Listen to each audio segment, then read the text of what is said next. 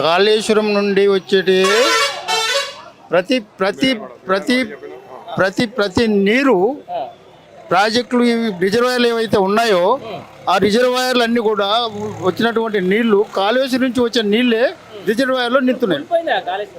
కాళేశ్వరం నీరు ఊడిపోతే అదే సీఎం, అదే ఆలేరు ఎమ్మెల్యే బీర్లా ఎలయ్య గారు వీళ్ళంతా వచ్చి గంధమల్లకు నీళ్ళు ఎక్కడి నుంచి తెచ్చిచ్చారు.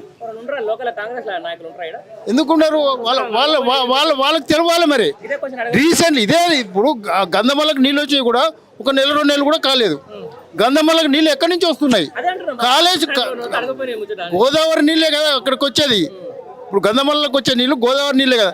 గోదావరి నీళ్ళు అంటే కాళేశ్వరం నుంచి వచ్చేటే కదా, వేరే సపరేట్ రిజర్వాయర్ లేదు కదా, అక్కడి నుంచి వచ్చే రిజర్వాయరే కదా. మరి గంధమల్లో సీఎం గారు వచ్చే ఆ గంధమల్లో నీరు కూలిపోయిన ప్రాజెక్ట్ నుంచి నీళ్ళు ఎలా వచ్చినాయి, గంధమల్ల ఎలా నీళ్ళు నింపారు? అది ప్రజలు ఆలోచించాలి. ఈ దుర్మార్గమైనటువంటి కాంగ్రెస్ ప్రభుత్వాన్ని పారదోలినప్పుడే మళ్ళీ రాష్ట్రం బాగుపడుతుంది.